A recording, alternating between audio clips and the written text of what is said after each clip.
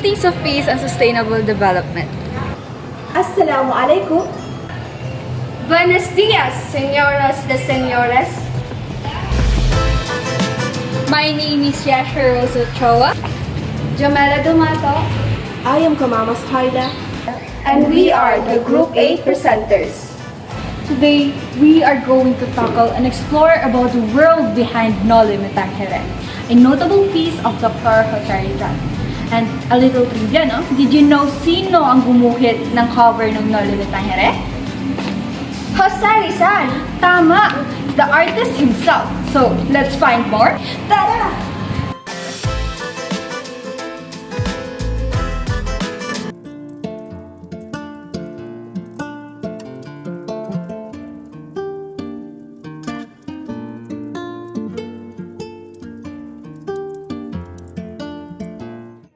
A pleasant day to everyone. I am Jamela Dumato, the first reporter. During the cold and dark winter months in Berlin, Rizal was extremely hungry, sick, and feeling hopeless. However, these physical discomforts could not break his strong determination to overcome intellectual challenges. Despite having an empty stomach, a painful cough, and a spirit filled with despair, he continued to write his first novel. With only the flickering light of his petroleum lamp, he wrote tirelessly, page after page. As he looked through the frosty window, he saw the snowflakes falling heavier and heavier. The fierce winter wind, blowing through the snow-covered city, shook his windows and made eerie sounds down the chimney. He continued writing until the early hours of dawn. Finally, on February 21, 1887, he completed the novel.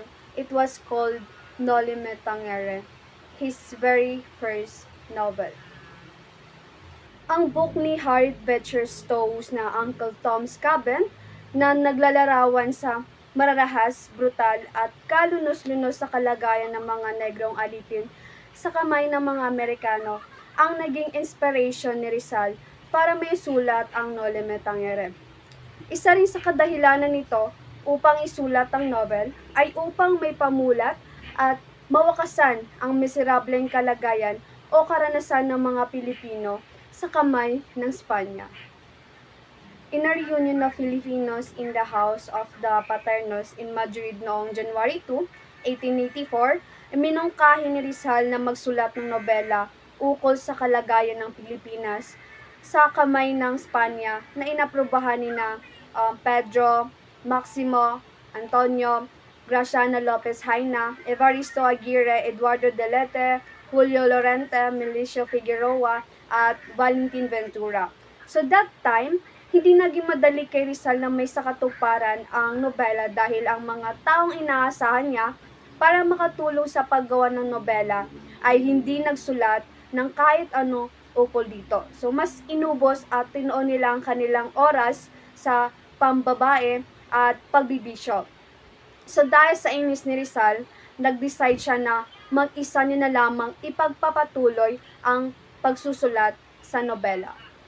Taong 1884, sinimulan na isulat ni Rizal ang nobela at natapos ang halos kalahati nito sa Madrid. Noong si Rizal ay nasa Paris noong 1885, natapos niya ang kanyang pag-aaral sa Central University of Madrid at ipinagpatuloy ang pagsusulat ng nobela at natapos ang kalahati ng ikalawang bahagi ng kabanata. Natapos ni Rizal ang ika-4 na parte ng nobela sa Germany at ang nalalabing mga kabanata ng Nole ay isinulat niya sa Wilhelmsfield noong April hanggang June 1886. So sa taong ding yun ay dumanas ng kahirapan si Rizal, nagkasakit at walang kapera-pera. Dumating siya sa punto na halos sunugin niya ang isinulat niyang nobela dahil sa kawalang pag-asa may publish ito o matapos ito. Sa gitna ng kawalang pag-asa at paghihirap ni Rizal, ay nakatanggap siya ng telegram mula kay Dr. Maximo Viola na nasasabing siya ay pupunta sa Berlin para invite si Rizal na samahan siya mag-tour sa Europe. Pero nang si Viola ay dumating sa Berlin, siya ay nagulat na makita si Rizal na nabubuhay sa kahirapan, nahihina ang katawan at may sakit dahil sa kakulangan sa pagkain.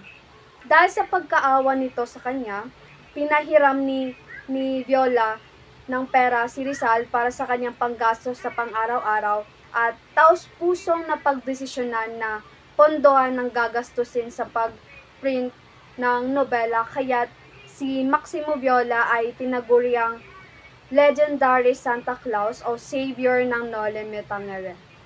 Para makatipid sa pag-print, nagtanggal ng ilang kabanata si Rizal, kabilang ng kabanatang Elias at Salome.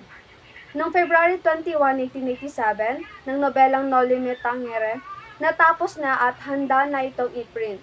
Para makakuha ng mababang presyo sa pag-print, nahanap ni Rizal ang pwesto ni Berliner Buch Druckery Action Gesellschafts or printing shop. Sa halagang 300 piso ay meron na siyang 2,000 copies of novel. Sa kalagitnaan ng pag-print ng Noli, binisita ng Chief of Police ng Berlin si Rizal sa kanyang tinutuluyan upang makita ang passport nito. Ngunit walang may pakita si Rizal na passport. Sa panahong rin iyon, sa bawat araw na paglalakbay sa ibang bansa ay kinakailangan ng passport. Kung wala ka nito, ay mapagkakamalan kang spy na nagmamasid sa bansang iyong pinuntahan, kaya't pinaghihinalaan si Rizal bilang isang French spy. So, agarang pumunta si Viola at si Rizal sa Spanish embassy para humingi ng tulong sa Spanish ambassador. Ngunit, hindi ito tinugunan ng Spanish ambassador sapagkat wala silang karapatan para maglabas ng passport para kay Rizal. Dahil sa pagkabihasa ni Rizal sa German language, ay ipinaliwanag niya sa pinuno ng pulisya na hindi siya spy, bagamat isa siyang Filipino physician and scientist. Dahil sa pagpapaliwanag ni Rizal sa pulisya, ang chief of police ay namangha ito sapagkat alam na alam ni Rizal kung paano sabihin at bigkasin ang German language. Kung kaya't binigyan siya ng pahintulot na manatili sa German ng mapayapa. So si Rizal, ibinigay niya sa kanyang kaibigan na si Viola ang unang kopya ng kanyang bagong libro at ang pen na ginamit niya sa pagsusulat nito, kasama ang isang thank you note.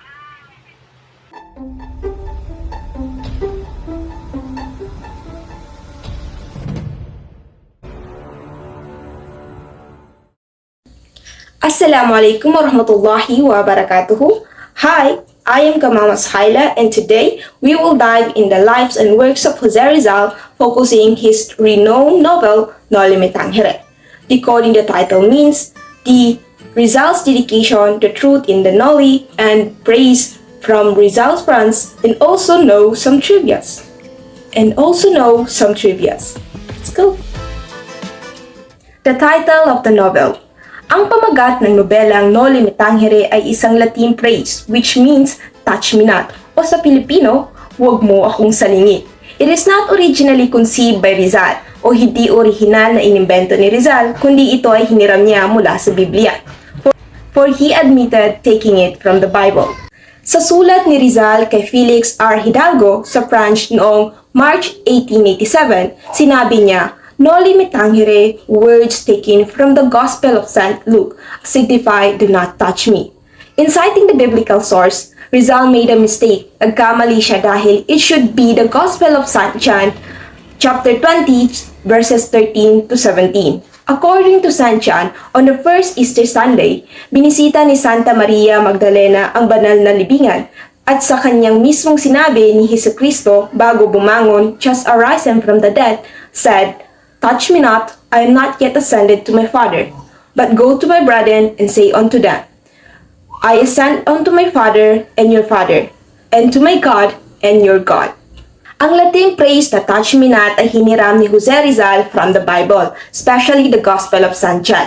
This praise was spoken by Jesus to Mary Magdalena after his resurrection, indicating the sense of sacredness and divinity. By using this title, Rizal set the tone for the novel, emphasizing the theme of social injustice, corruption, and the need to approach these issues with caution and reverence. Dahil sa kontrobersyal na isyu, ang pagsiwalat sa katotohanan ang siyang pumukaw sa sakit ng ating bayan at ito rin ang siyang nagpasiklab sa puso ng mga taong bayan. Ang dedikasyon ni Jose Rizal sa Noli Me Tangere ay ang Pilipinas, to my country. His dedication runs as follows. Recording the history of a human suffering is a cancer so malignant, a character that at least touch irritates it, in awakening it the sharpest pains. Thus, how many times when in the midst of modern civilizations, I have wished to call thee before me, now to accompany me in memories, now to compare thee with other countries, had thy dear image presented itself, showing a social cancer like to that other. Desiring the welfare which is our own, and seeking the best treatments, I will do with thee what the ancient did with their sick, exposing them on the steps of the temple, so that everyone who came to evoke the divinity might offer them a remedy. And to this end, I will strive to reproduce the condition faithfully, without discrimination. I will raise a part of the veil that covers the evil, sacrificing to the truth everything, even vanity itself, since as the son I am conscious that I also suffer from the defect and weaknesses. Ang dedikasyon ni Jose Rizal sa kanyang kauna-unahang nobelang sinulat, ang Noli Me Tangere, ay ang kanyang inang bayan, the Philippines, as to my country shows his deep commitment to exposing and addressing the social cancer plaguing his homeland. Kinumpira niya ang paghihirap ng kanyang bansa sa isang mapanakit, kapuot-puot na cancer, madaling mairita at nagdudulot ng matinding sakit. Kirot bilang Pilipinong tuluyang naging estranghero sa kanyang bayang sinilangan. By shedding light on the country's issues, Rizal hopes to bring about positive change and improvement. His dedication signifies his willingness to sacrifice personal vanity for the greater good and his pursuit of truth in order to seek remedies of the nation's alignments. Sa pamamagitan ng kanyang mahusay na gawa, layunin ni Rizal na magdulot ng pagninilay at pag-inspira sa pagkilos tungo sa pagpabuti ng kanyang minamahal na Pilipinas. In Rizal famous quote, "The youth is the hope of our nation." Kung kaya't tayo bilang Pilipino, bilang kabataan, maging marunong bilang pag-asa ng ating bayan. Sa pamamagitan ng simbolo at disenyo ng cover ng nobelang Noli Me Tangere ni Jose Rizal, nagpapakita ito ng hiwaga at kahulugan na bumabalot sa kwento. Ang bawat simbolo ay naglalaman ng lihim at mensahe na nagbibigay kulay sa kwento at nagpapalalim ng pag-unawa ng mga mambabasa. Kaya tara, alamin natin. Trivial question time. Who is believed to be depicted in the silhouette of Filipina on the cover of the Noli Me Tangere? A. Maria Clara, B. Inang Bayan, C. Sisa, D. Doña Victorina. Ang sagot, B. Silhouette of Filipiniana believed to be Maria Clara or the Inang Bayan, to whom Rizal dedicate the novel. What do the bamboo stroke on the cover of a novel symbolize? A. Filipino hospitality, B. Filipino resiliency, C. Filipino intelligence, D. Filipino beauty. Ang sagot, letter B. Bamboo stroke, it represents Filipino resiliency. Despite the sufferings, Filipinos can still stand tall and firm.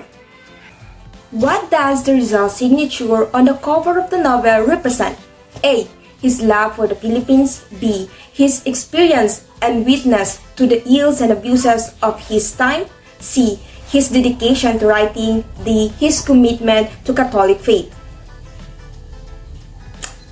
The answer is B. Rizal's signature, it shows that Rizal experienced and witnessed the ills and abuses that happened during his time, like what happened to him and to his mother, Doña Teodora. What does the shoes on the cover of the novel represent? A. Poverty. B. Wealth. C. Hard work. D. Humility. Answer B. Shoes, it represents wealth. It is also the footprints left by the Ferrers or the Praile in teaching Catholicism. What does the legs on the cover of the novel symbolize? A.